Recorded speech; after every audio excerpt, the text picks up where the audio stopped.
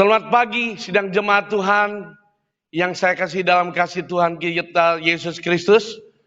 Pagi hari ini kita kembali bertemu melalui media sosial ini dan biarlah kasih dan kemurahan Tuhan tetap ada menyertai kita. Kita percaya di dalam roh kita ada bersama-sama dan hadirat Tuhan mempersatukan kehidupan kita. Hari ini saya ingin menyampaikan judul khotbah membangun pengharapan.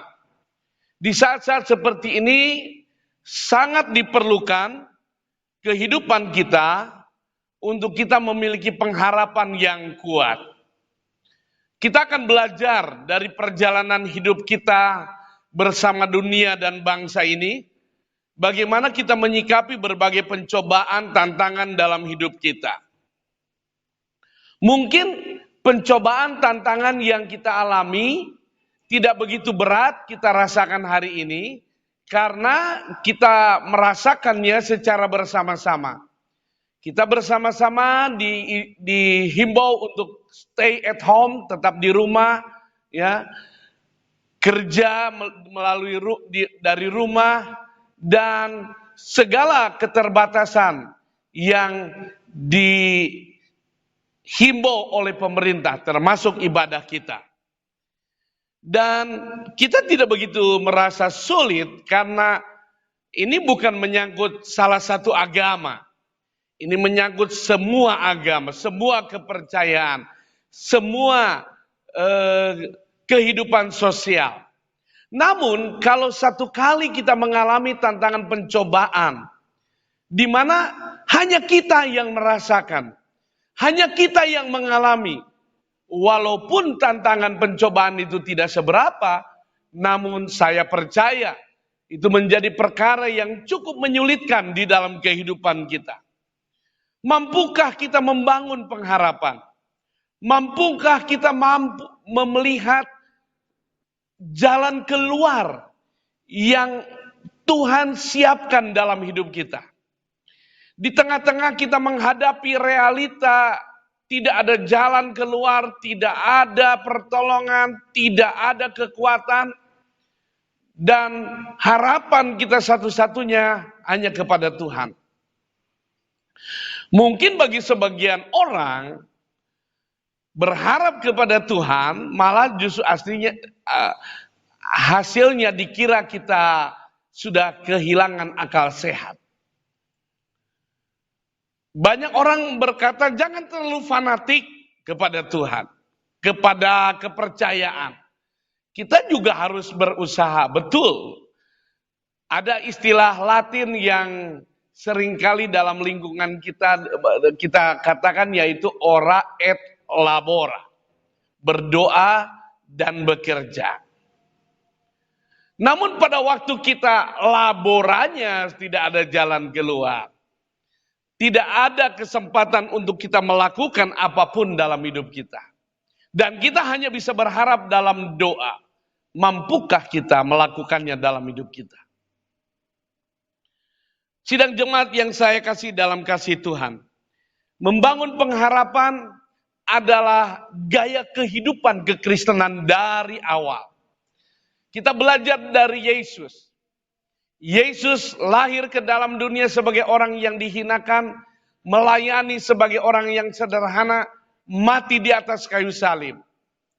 Akhirnya karena hal itu murid-muridnya hampir tidak percaya kepada gurunya sendiri.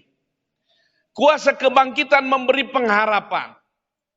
Namun kenyataan realita kehidupan kita menghadapi kesulitan menurut bagian hidup kita masing-masing.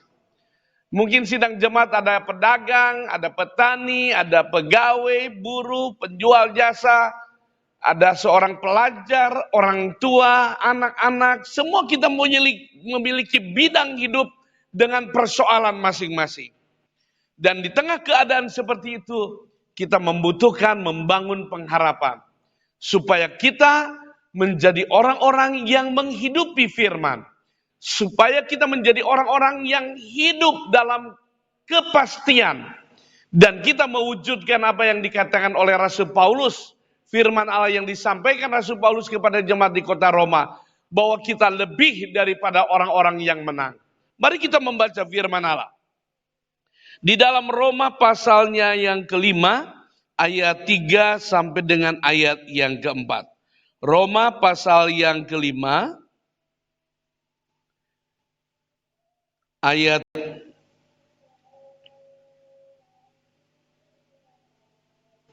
3 sampai dengan ayat yang keempat. Firman Tuhan berkata demikian.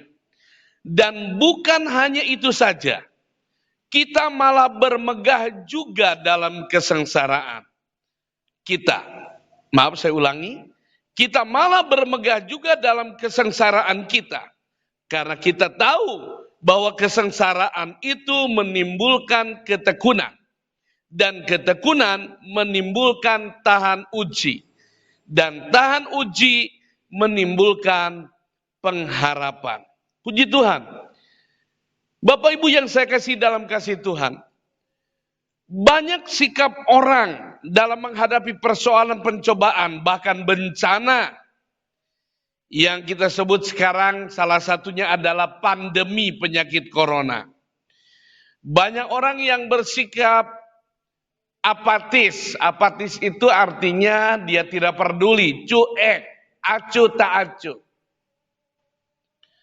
Ada orang yang bersikap menjadi skeptis, ragu-ragu dengan hidup, ragu-ragu dengan pemberitaan firman Allah, ragu-ragu dengan masa depan. Dan banyak orang akhirnya hidup dalam kekecewaan. Namun tidak sedikit ada orang yang berbuat oportunis. Saya hari-hari ini berjalan di kota Kupang.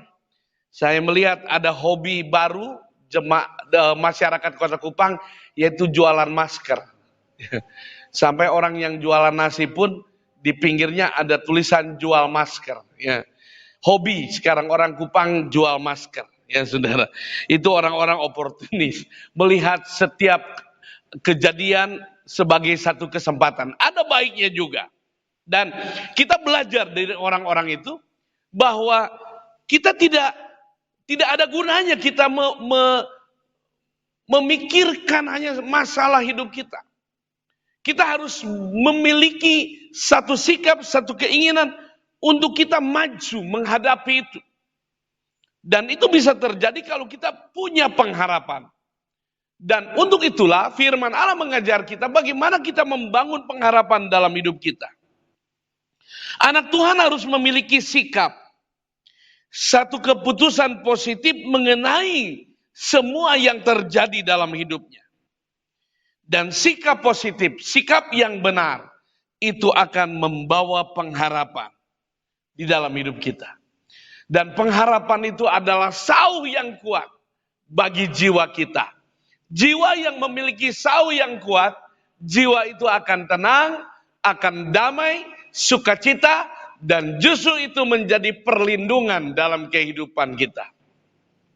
Salah satu ayat firman Tuhan dalam kitab Yeremia berkata, salah satu ayat mengatakan, kesukaan dari Tuhan itu adalah kekuatan kita.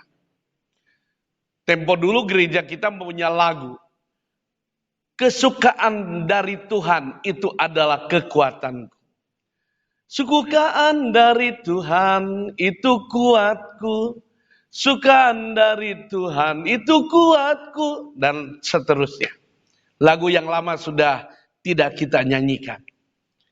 Dan itu benar, saudara. Orang yang punya kesukacitaan dari Tuhan, orang yang punya pengharapan dari Tuhan, itu hidupnya akan kuat.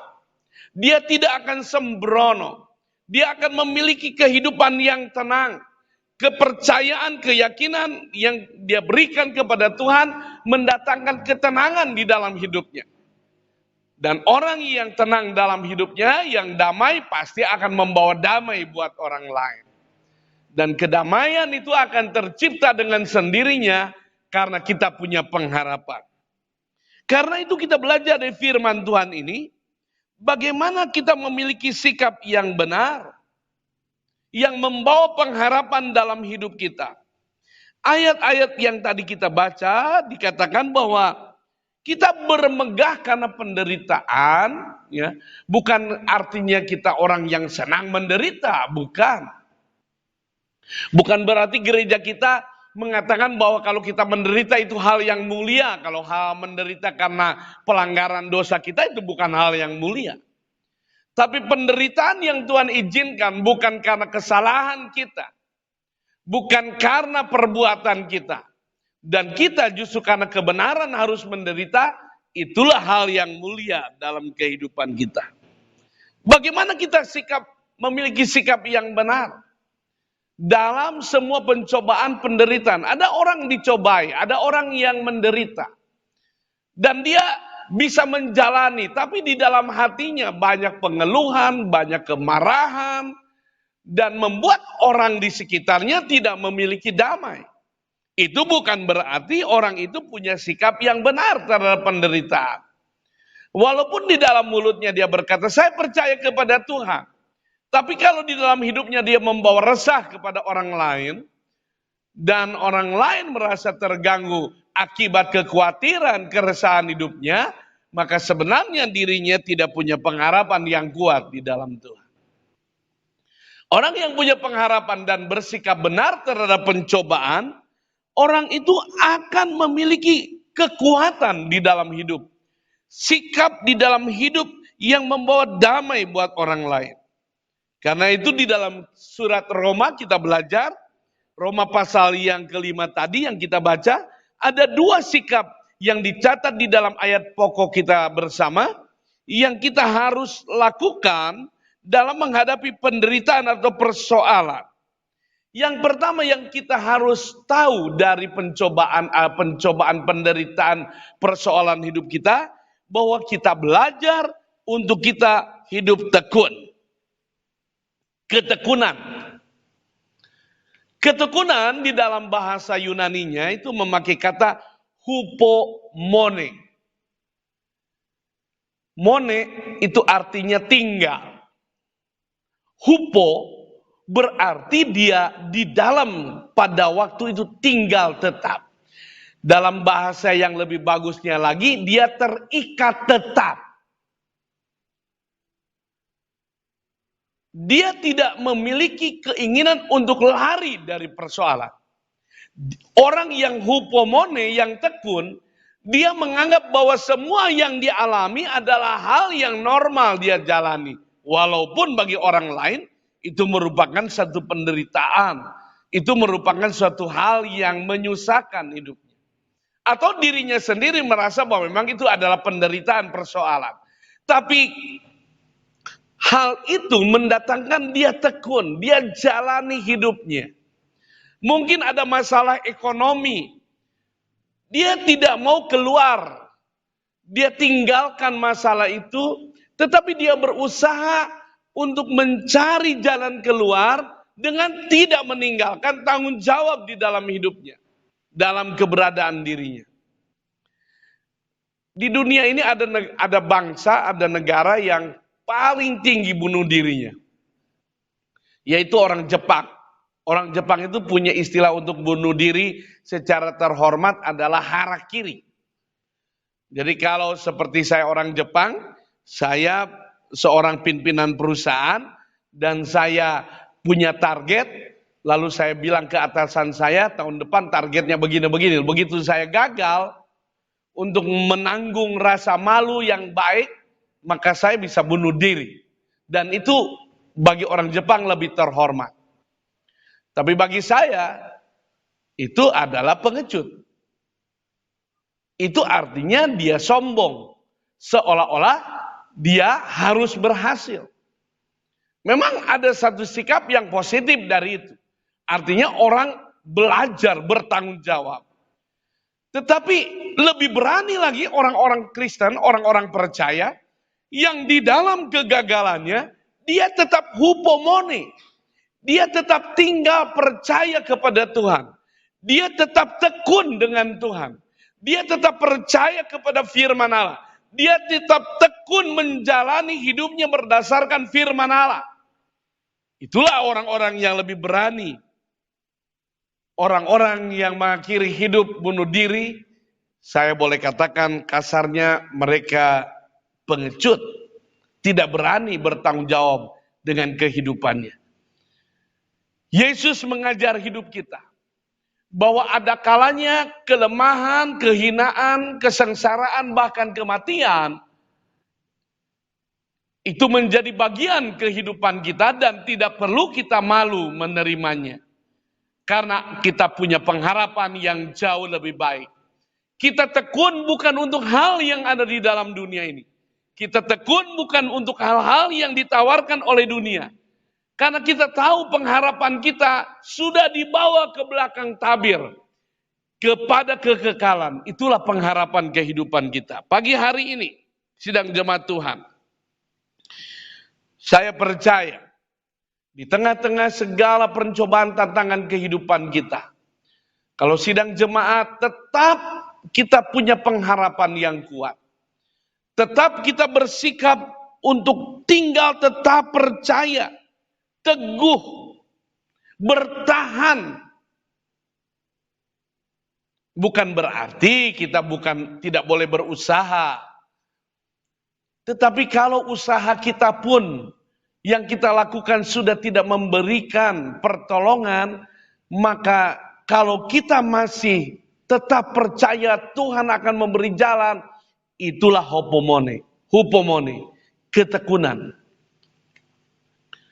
Ketekunan itu boleh dikatakan hampir sejajar dengan apa yang disebut dengan kesetiaan. Dua-duanya berbicara tentang waktu, dan ada kalanya waktu itu tidak pendek, panjang. Karena itu firman Tuhan dalam kitab Pengkhotbah katakan, indah pada waktunya. Kalau waktu Tuhan itu terjadi dalam hidup kita. Waktu Tuhan adalah waktu yang terbaik bagi kehidupan kita. Karena itu sidang jemaat Tuhan, kita harus belajar tekun dalam hidup kita. Kita membaca Alkitab, memang kita membaca tentang Daud. Aduh enak Daud, diberkati, diurapi, ditolong Tuhan, kalahkan Goliat, dihianati anaknya tapi dia tetap menang. Kita mengetahui akhir kehidupan Daud. Tapi coba pikir Daud yang menjalaninya. Kita senang mendengar kisah Abraham. Abraham dipanggil dari kotanya. Pada waktu dia sudah kaya, sudah makmur keluarganya di kota Haran. Tuhan suruh dia pergi. Dan saudara katakan, oh Abraham orang yang setia. Abraham orang yang taat kepada Tuhan. Kita senang mendengar, membaca kisah Abraham. Tapi saudara coba selami pada waktu Abraham di tengah-tengah perjalanan dan kita tidak tahu akhir kehidupan Abraham bagaimana. Itu adalah hal yang tidak gampang. Saudara senang mendengar kisah Yusuf di Mesir. Bak film Cinderella. Ya. Dari Upik Abu, dari anak yang ditelantarkan oleh orang tua tirinya. Dan dikucilkan saudara-saudaranya. Lalu tiba-tiba menjadi istri pangeran. Wah luar biasa. Kisah itu terus dirimak. Diulang-ulang, diperbaharui di waktu ke waktu. Dari sejak saya TK sampai saya sekarang sudah menjadi orang tua. Dari 3 anak yang sudah dewasa. Cerita Cinderella tidak ada habis-habisnya. Dibuat dan diperbaharui. Kita senang. Tapi sudahkah saudara mendalami kehidupan Yusuf pada waktu sebelum saudara tahu? Saudara tidak mengerti akhir dari kehidupan Yusuf. Saudara akan berkata, aduh betapa sialnya hidup Yusuf. Setelah dia dijual saudaranya, baru merintis karir. Baru dia menjadi orang yang terbaik di keluarga Potifar. Dia menjadi kepala rumah tangga Potifar. Tapi tidak lama kemudian dia difitnah oleh istri Potifar. Masuk dalam penjara tanpa pengadilan. Sial banget hidup Yusuf. Saudara tidak mengatakan itu, kenapa? Karena saudara sudah tahu akhir hidup Yusuf. Sekarang, mari kita kenakan itu kepada kehidupan kita. Mungkin orang melihat saudara itu sial keadaannya hari ini. Saudara tidak punya apa-apa, tidak ada harganya, tidak diperdulikan. Tapi ingat, hidup saudara belum berakhir. Kita masih punya waktu ke depan. Kita masih ada kesempatan ke depan. Masih ada waktu Tuhan bekerja dalam hidup kita. Oleh karena itu kita harus tekun. Hupomone. Kita harus endurance. Kita punya daya tahan terhadap gempuran-gempuran kehidupan. Karena orang dunia tidak tahu akhir hidup kita. Yang pasti Alkitab mengatakan, saudara, kita akan menikmati bumi ini dengan penuh damai 1000 tahun lamanya. Dan saya terus nantikan, hari ini saya boleh menderita. Hari ini saya boleh sengsara. Hari ini saya boleh tidak ada apa-apa. Tapi akhir dari semuanya, saya akan mewarisi bumi ini dengan penuh damai sejahtera selama 1000 tahun. Dan saya akan mewarisi langit dan bumi baru. Sidang jemaat Tuhan, tekunlah di hadapan Tuhan. Yang kedua,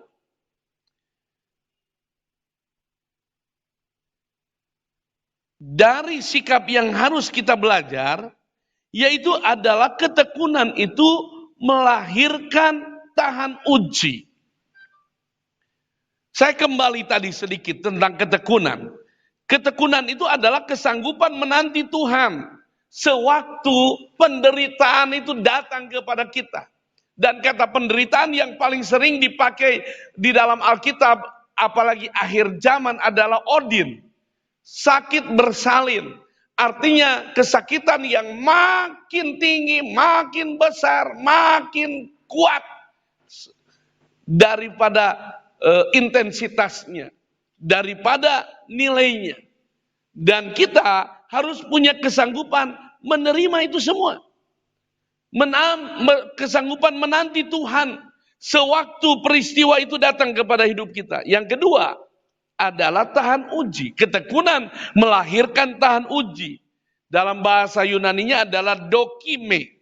Dokime itu artinya sikap menerima. Ada orang yang tahan uji tapi hatinya tidak menerima. Mukanya sedih terus, ya, dia jalani penderitaan tapi dengan marah-marah, dia jalani penderitaan tapi dengan persungutan, dia jalani segala sesuatu dengan sikap tidak menerima. Dan Tuhan mau dalam hidup kita, kita bukan hanya saja tekun, tetapi kita belajar menerima. Sikap menerima, dokime. Kita harus tahan uji. Kita harus dapat menerima apa saja yang Tuhan izinkan. Karena Tuhan tahu yang terbaik dalam hidup kita. Dan tentu itu semua harus dilandasi oleh iman kita kepada Tuhan dan firman-Nya. Tanpa itu kita tidak bisa apa-apa. Sidang jemaat Tuhan, bangun pengharapan. Satu dengan tekun, kedua dengan tahan uji. Tekun artinya sanggup menanti Tuhan. Kapan waktunya Tuhan? Dan tahan uji artinya menerima apa saja yang Tuhan izinkan terjadi dalam kehidupan kita. Abraham mengajar kepada kita bagaimana teguh dalam menempuh hari-hari bersama dengan panggilan Tuhan. Dan perjalanan hidupnya jadi satu bukti bahwa ia menerima apa yang Tuhan lakukan. Maka mari kita bersama-sama tumbuhlah dalam pengharapan. Kenapa saudara? Karena kita punya Tuhan yang setia. Tuhan yang menjadikan dirinya sahabat hidup kita.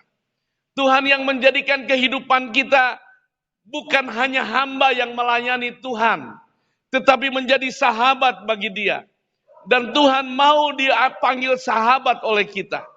Karena itu sidang jemaat Tuhan, mari kita bersama-sama tetap tekun dan tahan uji. Bangun kekuatan pengharapan dalam hidup kita. Apapun yang terjadi ke depan, terlebih dalam menghadapi akhir zaman dengan banyak tantangan, pencobaan, ujian, kita tetap tampil menjadi orang-orang yang menang di dalam Tuhan. Tuhan memberkati kita. Mari kita bangkit berdiri, kita akan sambut firman Tuhan dengan pujian Tuhan Yesus setia, Ia sahabat kita. Percayalah sidang jemaat Tuhan. Tuhan yang ajaib, Tuhan yang besar, yang sanggup menolong memberkati hidup kita. Dia yang setia dalam diri kita. Dia mengerti bahasa tetesan air mata. Dia mengerti kesusahan hidup kita sampai hal yang paling mendetil dalam hidup kita. Dia mengerti keberadaan saya dan saudara. Kita pujian ini dengan penuh penyembahan di hadapan Tuhan. Dan kalau ada di antara Bapak Ibu yang sedang ada persoalan, pencobaan, tantangan hidup, mari kalau sudah mau mengangkat tangan di rumah masing-masing, angkat tanganmu dengan setia ke hadapan Tuhan. Karena saudara berhadapan dengan Tuhan sendiri. Tuhan yang menjadi sahabat yang setia dalam kehidupan kita. Haleluya. Tuhan Yesus setia. Dia sahabat kita. Dalam segala susahku.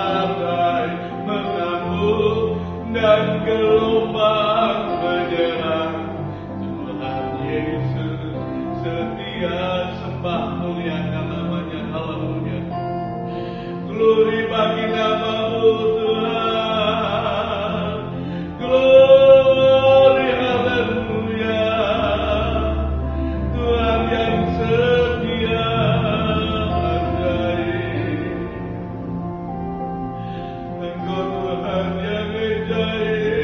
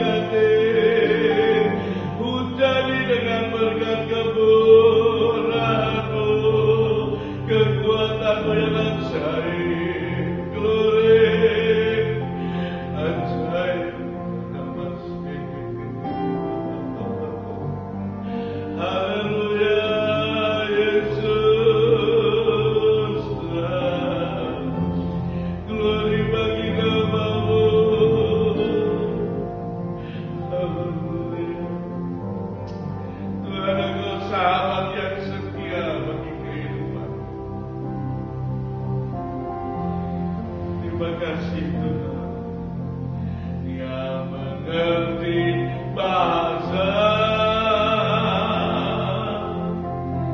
tetesan air mata waktu badai mengamuk dan gelombang menyerang. Tuhan Yesus setia.